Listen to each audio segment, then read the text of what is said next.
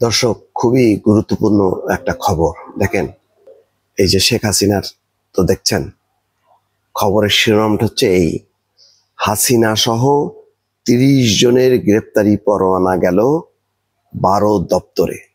এই মামলা কিন্তু যেন তেন মামলা না। এই মামলা রাজনৈতিক ব্যক্তিদের মামলা না। এই মামলা হচ্ছে সেই মামলা, গুমের সঙ্গে জড়িত বাহিনীর শীর্ষ পর্যায়ের কর্মকর্তাদের বিচার। তারা আসামি। তাদের মধ্যে কেউ সার্ভিসে আছেন, আবার কেউ সার্ভিস থেকে ইতিমধ্যে তাদেরকে বরখাস্ত করা হয়েছে। কেউ পলাতক, কেউ দেশের ভেতরে আছে। বাংলাদেশের ইতিহাসে এইভাবে গুমের ঘটনায় বিভিন্ন বাহিনীর শীর্ষ পর্যায়ের কর্মকর্তাদের বিচারের নজির নেই। ফলে এটা অত্যন্ত স্পর্শকাতর একটা বিষয়। যে কোনো মুহূর্তে দেশের পরিস্থিতি ওলট পালট হবার মতন একটা পরিস্থিতিও তৈরি হইতে পারে কিন্তু এই মামলার মধ্য দিয়ে। ফলে এইটা ওই আসাদুজ্জামান কামালের বিচার, ওবায়দুল কাদেরের বিচার, নানকের বিচার, এটা কিন্তু মনে করবেন না। এটা অত্যন্ত গুরুত্বপূর্ণ। আমি আবারও বলি, অত্যন্ত গুরুত্বপূর্ণ। এটা মনে রাখবেন। কারণ গুমের সঙ্গে জড়িত কারা?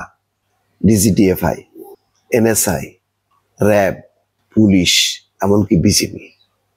এই সমস্ত সংস্থাগুলোর প্রত্যেকেই তাদের ভেতরে ভেতরে বহু সেল ছিল, যেগুলি কি কোনোটার নাম, বিশেষ করে ডিজিএফআই যেগুলি ছিল সেগুলির নাম ছিল আয়নাঘর।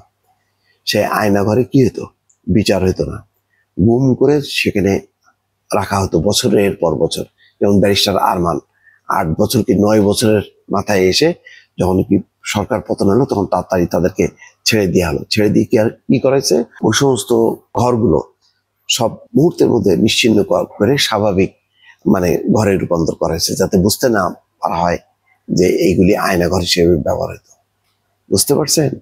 এটাই ছিল শেখ হাসিনার ফ্যাসিস্ট শাসন। স্বৈরাচারী শাসকরা যা করে, হাসিনা ঠিক তাই তাই করে।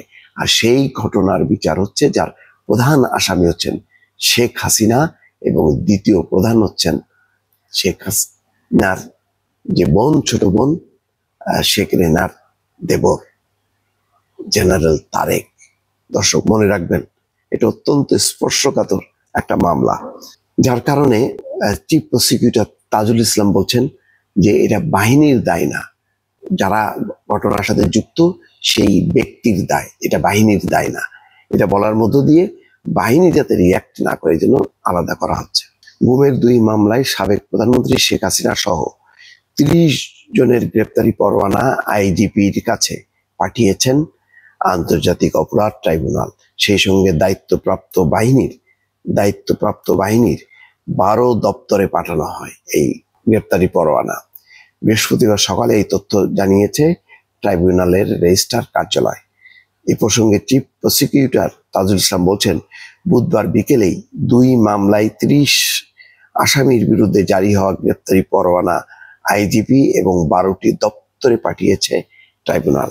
১২টি দপ্তর হলো, খেয়াল করেন ১২টি দপ্তর কোন কোন দপ্তর: chief of army staff, chief of general staff, adjutant general army headquarter, DGDFI, DG NSI, principal staff officer, arm forces division, সচিব প্রধান উপদেষ্টার কার্যালয়, director military intelligence, director personal service directorate Bangladesh সেনাবাহিনী, commandant army security unit, provost marshal CEO army MP unit for information.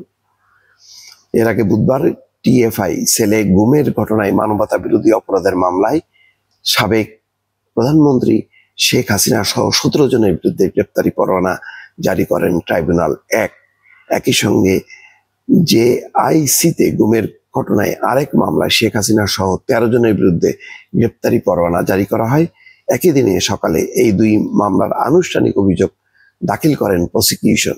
মামলায় DGFI এর সাবেক ৫ DG সহ, খেয়াল করেন, ডিজিএফআই এর ৫ জন সাবেক ডিজি সহ, বুঝছেন, ডিজিডিএফআই ৫ জন সেনাবাহিনীর উচ্চ পদস্থ কর্মকর্তাদের আসামি করা হয়েছে।